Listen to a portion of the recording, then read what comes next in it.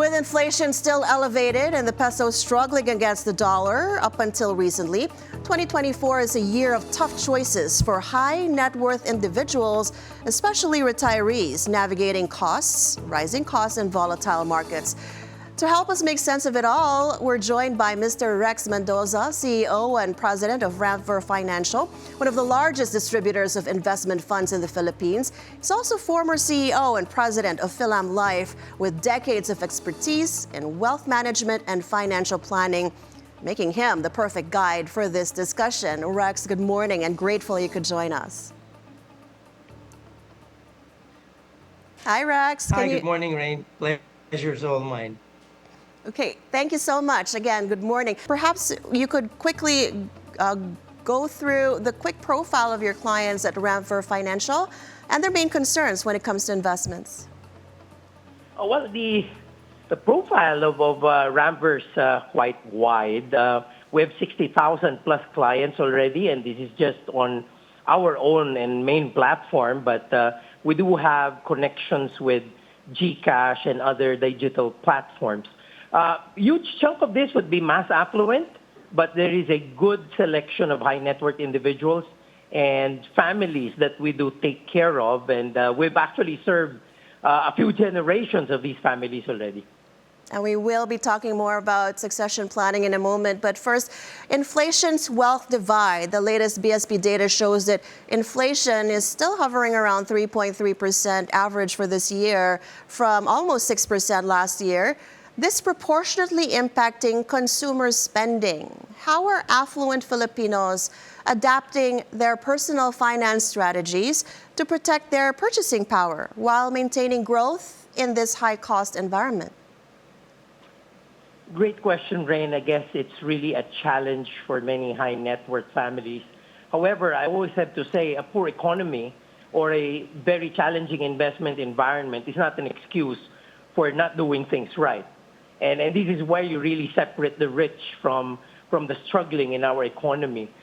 In fact, they really focus on maneuvering and changing their approaches because they know what's about to happen. So in answer to your question, there's a big shift towards luxury real estate. I think a lot of people have seen how prices have moved up in this area, while the overall real estate picture is challenging, looking at middle income to lower middle income, but the luxury will always be tops. No? But on top of that, they also look at marketable securities, and because stocks and all of these other assets are challenged, I think the main focus now will be in bonds.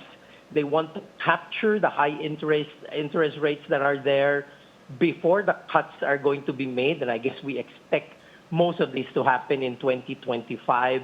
So if they can lock themselves up in higher grade, higher yielding bonds, they will do so. But that doesn't mean, that they're not investing in stocks. There are undervalued, great performing stocks where the real net incomes are not reflected in the prices. So basically, they are positioning in these particular issues very early so that when recoveries do happen over the long term, they are in a position to take advantage of that. Then we see this whole thing about diversification in what we call alternative assets. We now see shifts towards global funds, thematics like tech, AI, consumer feeder, and we're also looking at the rise of alternative investments like crypto and even art. We just had an auction last week and, this weekend, and the prices are really getting high. So all of these actually put the rich in a position to become richer because, inflation has its way of getting prices and asset prices magnified, whereas, unfortunately, people who don't have anything on the side, people who don't have investments, are really going to get hit because their incomes are going to be hard hit with the inflation that we're talking about. Well, thank you for that assessment of all the markets out there and all the asset classes. But I also have to ask you, we've seen the peso weakness and we know about wealth transfers now with the peso hitting 57 to the dollar in the fourth quarter. What is your take on how high net worth individuals can manage overseas investments and remittances to family or luxury imports without bleeding cash flow? Well, I guess that's the luxury of the rich these days in the Philippines, because there was a time when you really need huge amounts of money to be able to invest in foreign investments, thematics, global funds. Now it's very easy. I mean, even local institutions have provided linkages. We have private banks. Even the local banks have a private banking unit these days. And you can even have insurance companies and asset management companies doing feeder funds.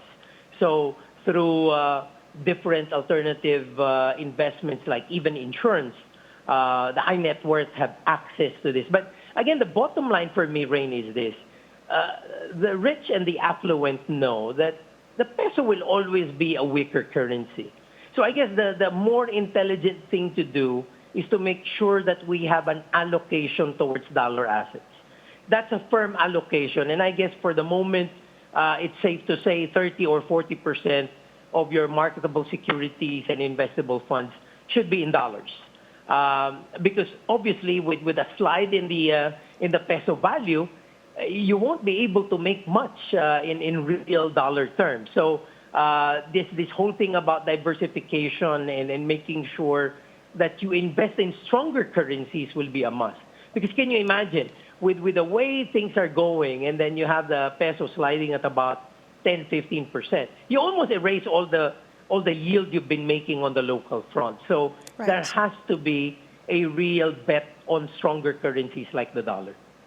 Understood. Meanwhile, in terms of private wealth, there's also growing chatter about wealth tax proposals targeting ultra-high net worth individuals. How should affluent Filipinos brace for potential regulatory shifts? And what asset reallocation strategies could they explore right now? Are there tax regimes that maybe government could consider to make it more of a win-win for both the taxpayer and government coffers? Well, for me, Rain, I have my own personal view on that. I don't think legislation will go this particular direction. If ever, it will take such a long time.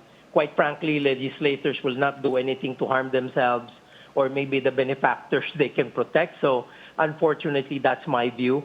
But even as, there can be a long-term horizon for that, I think that affluent families and individuals will take this very seriously and do some positioning right now.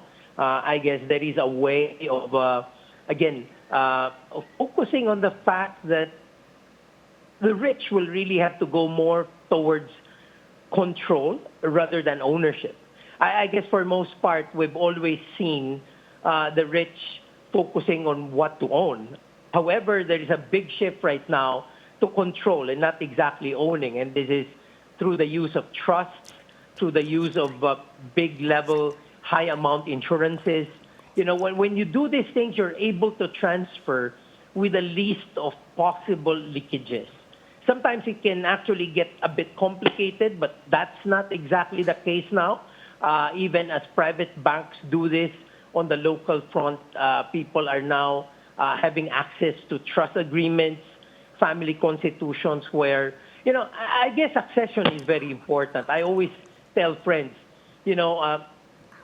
without succession, you don't really have success, right? You have to make sure that, number one, you pass on assets with the least amount of leakages. But important, and more important than that, is the capability to create the wealth. I guess that's what we need to see in the second generation. It's not just money and assets getting turned over to them. It's also the capability of producing more and creating more wealth. I guess that goes with the entire package. Right. Rex, I still wanted to be able to ask you or consult you about ESG, perhaps, as well as healthcare. Of course, these are prime concerns of the ultra wealthy.